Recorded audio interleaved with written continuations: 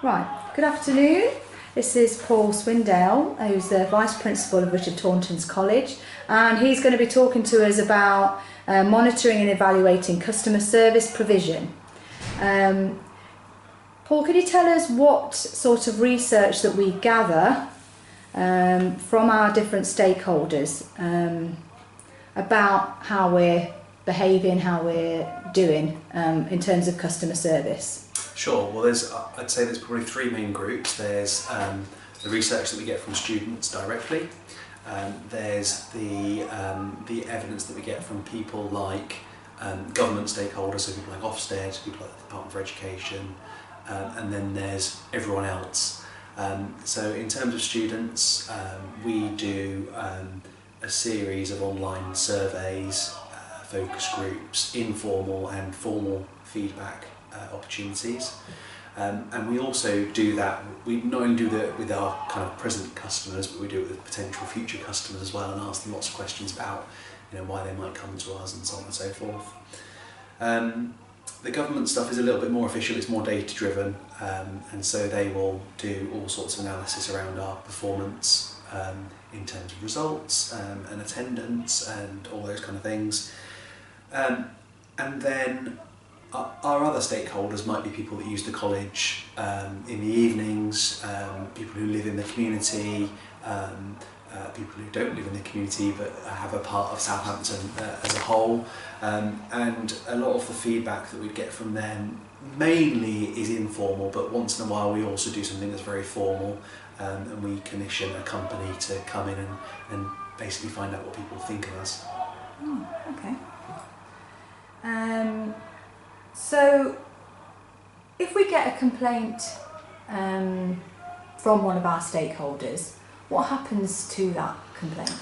So all the complaints about anything come into this office, and they are assigned to different people depending on what the kind of complaint is to investigate, and then the outcome of every complaint is reported to our senior team.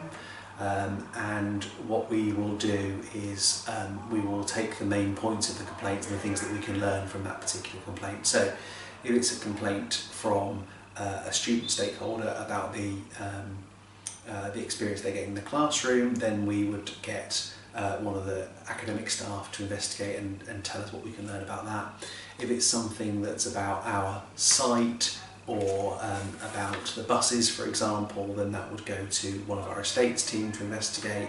But essentially it's controlled all from the senior team, so we take in all the complaints, we divvy them out, and then we take in all the feedback from what we've learned afterwards. Yeah. One of our other units, we had Annette Bourne come in to talk about Lighthouse Learning Trust. She said that any sort of complaints the trustees and the governors want to know about. Yes. So does somebody put a report together and? Yeah. So what we do for trustees. So I'm a local senior manager and I report to the local governing body. But things like this we would summarise and we'd send to the trustees, and they do it on a much higher level. So rather than hearing about individual complaints, they might hear about a category of complaints and the category of things that we've learned about those kind of things. And then you would be giving them the solutions that you came to, and correct. Yeah. So we'd go to them saying, this is what we've learned from this process, and this is what we might do different in the future. So for example, if we've got something that's around current changes in legislation, things like GDPR or something like that, it might well inform the shape of future policy rather than being a quick fix. Yeah, so GDPR is?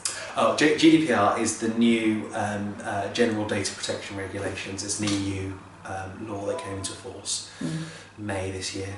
Yeah, we're going to talk about that a little bit later. So can you tell me, what sort of data can we gather? So for example, with schools, maybe universities, do we deal with them? Do we talk to them about, so for example, schools, what sort of data could we be sort of exchanging in terms of knowing what our types of customers, so the students that are coming in, do we have that sort of information that we gather? Yeah, we do. So alongside the student application process, there's also a referencing process, and what we get about every student that applies to us is a fairly basic tick box references about what their strengths and weaknesses are. We also get a copy of their most recent progress review so that we can tie what their expected grades are against what they're applying. And then we use that data to monitor the performance of the students within the college. So if you've got someone that has achieved mostly 7 and 8s at GCSE and they're only getting a D or a merit in their BTEC, then we use that information to say that this student isn't particularly performing well, and if there's a group of those students in the same class, then maybe that class isn't performing well or that course isn't performing well. I mean, in relation to customer service, that means that the student is actually going to get that customer service because we're highlighting the fact that maybe there's something wrong. What can we do to improve that? Absolutely, grade? yeah. So it's about that kind of constant intervention rather than waiting right till the end when there's a potential complaint. It's about trying to work out where the issues are as they go along. Yeah. We've already said about the sources of information.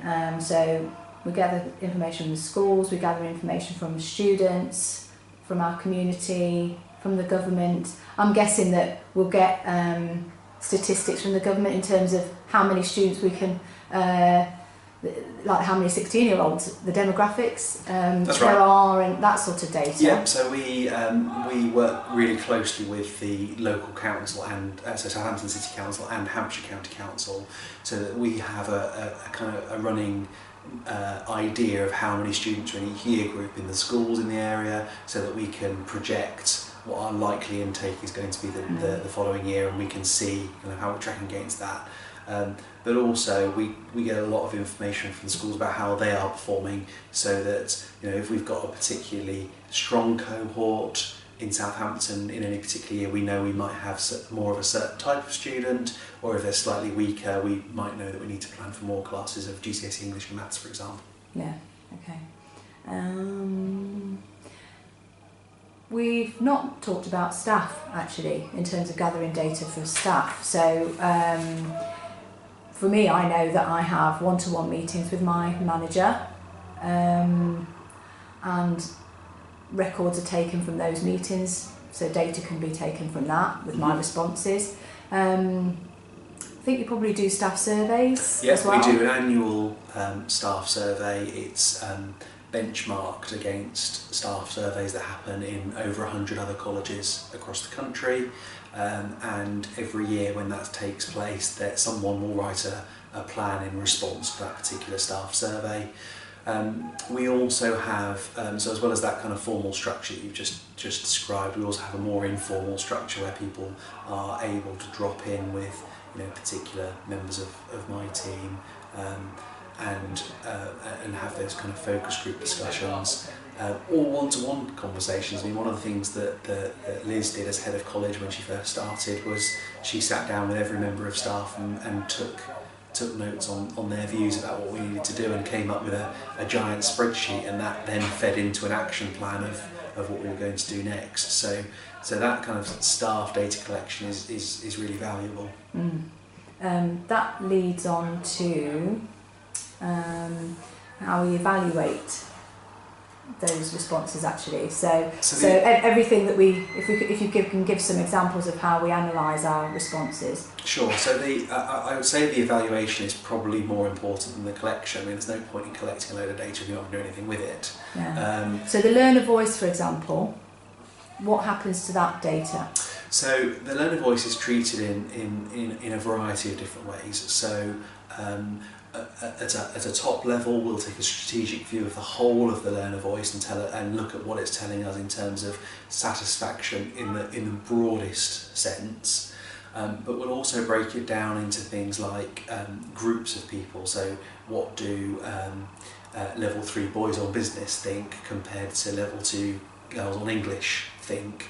And break it down into those different groups of people as well as by course, so that we can really drill down and have a look at which parts of our provision are working really well, and does that match other data that we have, compared, for example, if we've got a very strong learner voice about a subject? Does it match up with strong results the previous year and strong kind of KPI, key performance indicators in year, and vice versa? You know, so if we've got someone that's telling us actually something isn't going well, and it matches up with poor indicators from either in year or the previous year, then we know that we've got to step in and intervene. Yeah. So the evaluation is really critical in making sure that we're putting our resources in the right place. Yeah, and actually the next point is planning for change. So if you're getting all this wonderful feedback, you've got to be doing something about it, and thinking and firefighting, or maybe just trying to plan ahead and making sure things don't happen again.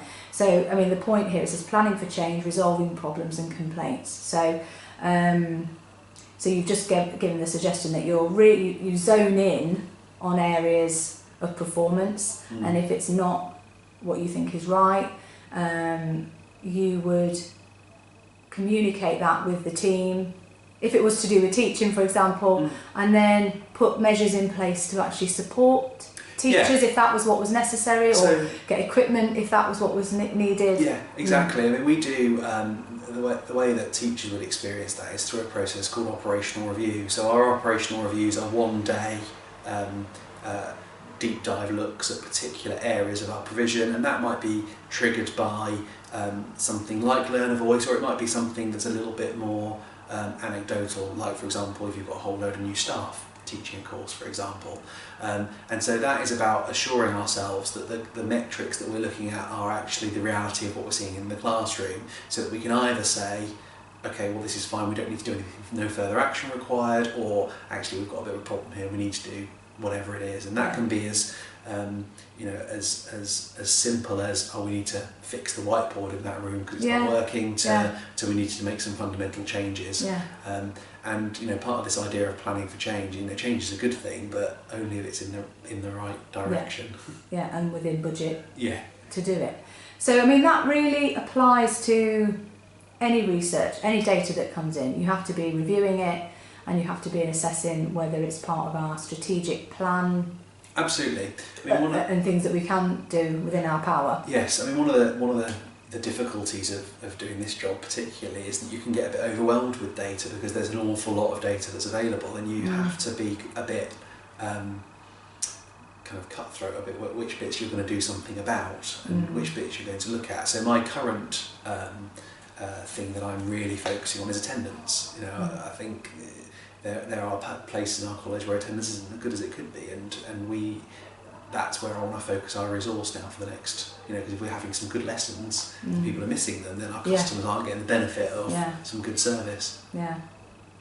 Okay, so that's that first bit done, thank you. B2 is indicators of improved performance, and if you could just sort of put this into context, so there's 4 statements.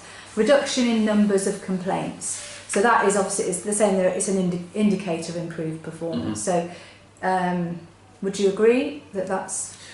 Yes, but I'd qualify it, because I think it's quite easy to reduce the number of complaints because you just stop listening to them.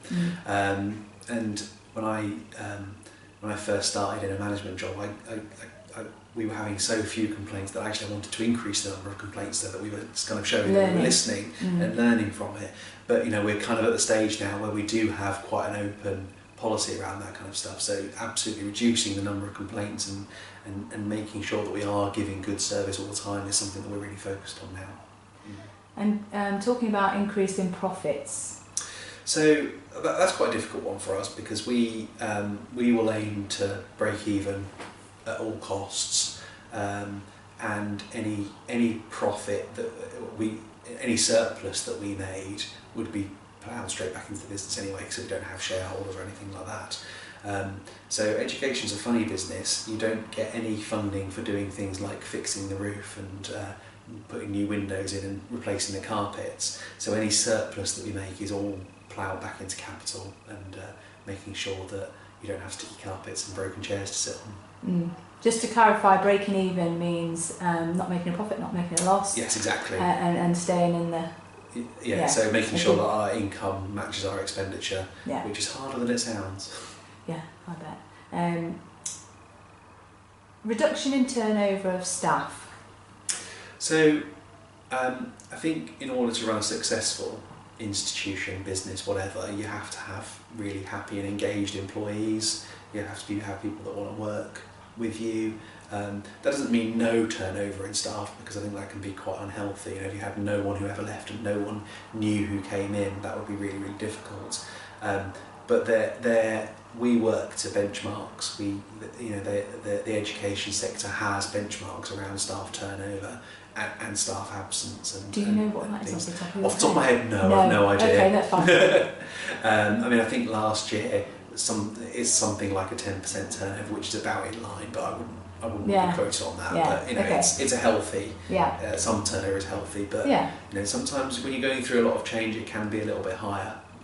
So that's one of the things you've got. And obviously, with that comes you're spending out less money on advertising and recruitment and things like that if you have got within the right boundaries your staff turnover. Yes, and also with I think teaching is quite a funny business because it's very time sensitive, and so if you have someone who leaves, who hands their notice in at the end of October to leave at Christmas, and you can't get someone in that quick time, it's not only the advertising fees, it might well also be paying a fee for finding someone to fill in that gap. And that's always, when you're paying someone by the hour rather than annually, it's always more expensive. So it's all that kind of eats away at your potential surplus. And talking about repeat business from loyal customers, what sort of repeat business do we get? So about 3% of our income comes from non-educational activity. So things like yoga classes, instrumental lessons, anything that we would term as a community use. And so I guess that's the only real place where we get repeat business.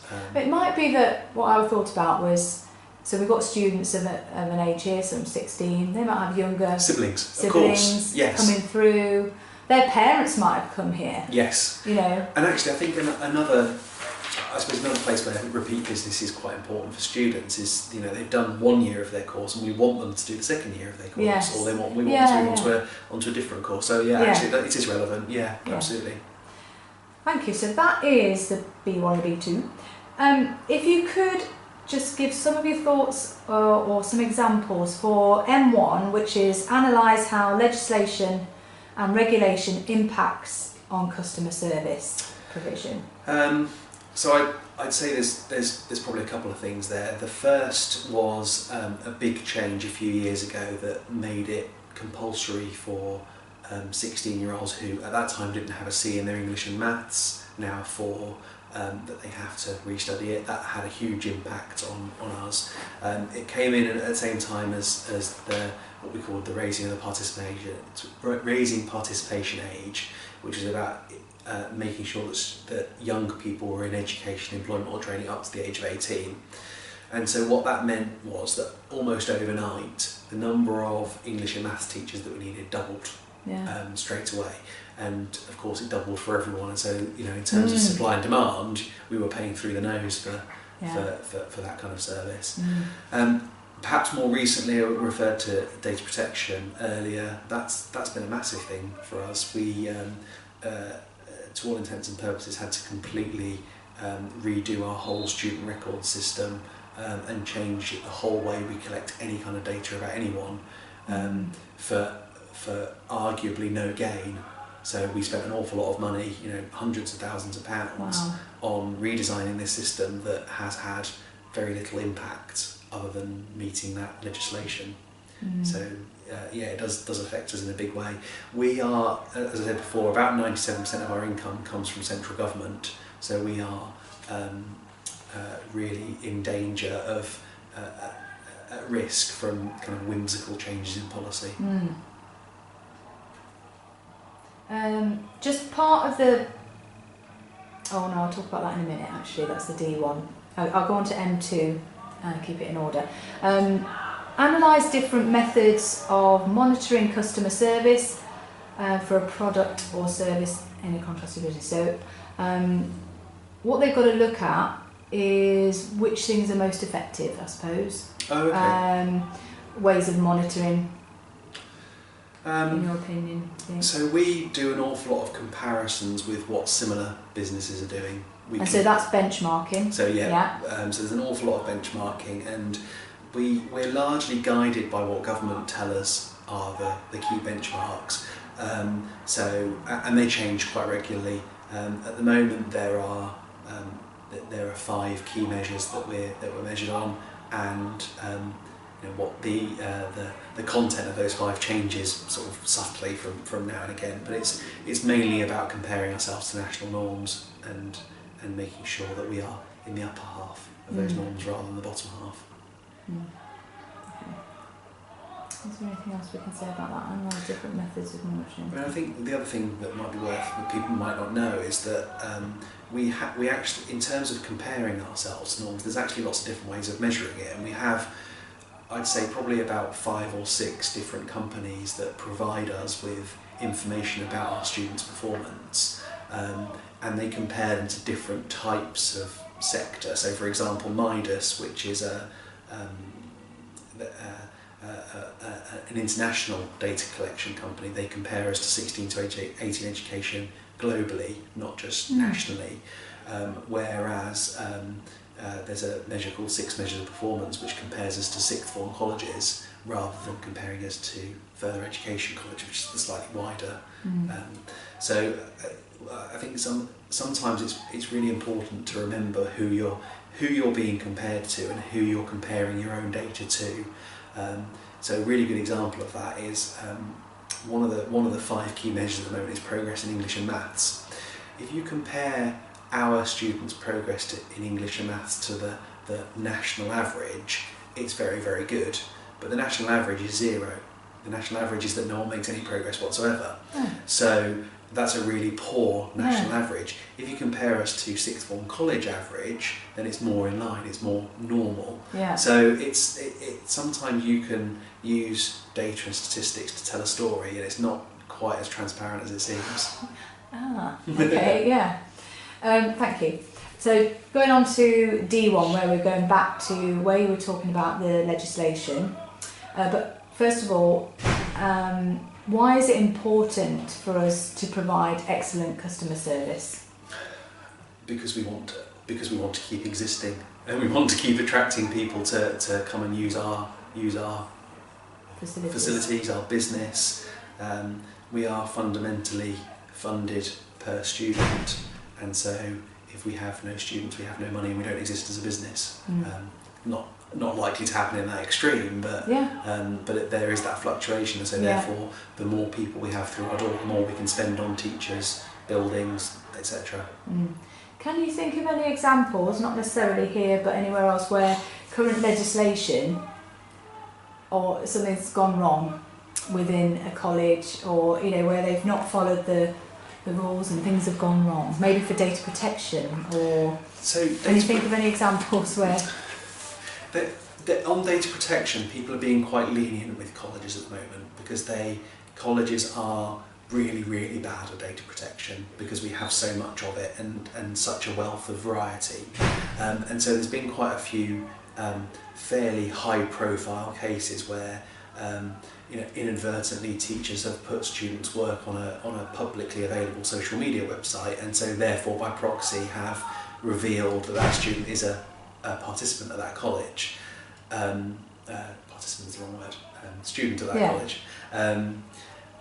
And so there have been quite a few very minor breaches which haven't sort of led to anything that's particularly hideous, but the funding thing is quite interesting. So English and Maths, quite a few colleges were very, very slow to take up that you must do English and Maths. And what the government did was that they, for every student that didn't comply with the English and Maths rule, they took away all their funding straight away. And there were quite a few colleges that ended up with great big bills that were very difficult to pay. And some not that far from here either. Oh crikey. But you can incur fines and things like that if you're not complying. Absolutely. So data protection, the maximum fine is €20 million. No, 20 million euros. Sorry, it's an EU law. So that would be quite hard to find in our £6 million turnover business. And what are the implications if we don't follow safeguarding, for example, rules and Right. guidance? Yeah, so safeguarding is a really interesting one because for certain things teachers are individually liable. So there's been a change in the law recently regarding FGM, which means that teachers are personally responsible for reporting that kind of thing to the police. But safeguarding is a limiting factor when it comes to Ofsted. So if they find a safeguarding problem, then that's automatically inadequate judgment, which obviously would have an impact on the number of students that choose to come to us. But again, there's all sorts of fines and various things for compliance with the law. One of the things that we've changed recently, and so you've heard from Annette about the Lighthouse Learning Trust, they tend to take that kind of stuff away from us so that we can focus purely on our students. Okay, thank you. I think that's all right for that one. And then lastly, evaluate the benefits of improvements to customer service performance. So I have never worked anywhere that's so as competitive as here. We have 2 sixth form colleges within 5 miles. We have a school sixth form, 2 school sixth forms within 3 miles. We have a large FE college down the road. It's a really crowded marketplace, and so therefore we have to have a unique selling point which distinguishes from those, but also have such good service that there's no reason for people to choose our competitors over us. What is our US? What would you say our USP is? I think there's a few things actually, because we have a really broad range of we're into general education, so we don't just specialise in the very hard vocational things. So like things like you're not all going to be a plumber or a car maintenance worker or whatever. So there's that general education thing, balanced against the fact that we are quite a lot smaller than other places, and so our tutorial system, for example, is completely unique. There isn't anywhere else that offers that kind of personal, unfunded pastoral service. No. And then I think there are some things that we are excellent at, performing arts, business. I think there are some subjects that we are not only better than our competitors, we're kind of national leaders in. Yeah. I mean, I think that is probably linked to customer service, because I came here, it was one of the reasons why I came here was because the college protected the tutor time, and every other college that I worked at was reducing that tutor time down. So I felt that I agreed with it, because you need time to give to your students who are my customers, you know. Yes. And so for me that was one of the reasons why I came to work here. That's so interesting. it is. I didn't know that. Thank you. Can you think of anything that we could do to improve our customer service? Yeah, loads. I've got about a 30-page action plan. Have you? Yeah. Right. I won't share it with you because it's a little bit sensitive. Yes. But broadly, it focuses on improving what's going on in the classroom, making sure that we are flexible enough to meet the needs of everyone that comes through our doors, not just a very tight band.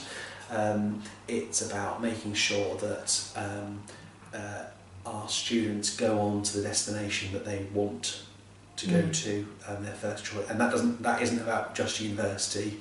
That's about higher level apprenticeships, not just the kind of rubbishy, post GCSE apprenticeships that some people think are we're talking about well paid. Accounting and that kind of thing, management apprenticeships. And it's also about improving our student support system, so making sure that in terms of the academic progress and the destinations, that we're actually creating well-rounded whole people that come out of here ready for the next bit of their life. Okay, thanks very much. Thank you.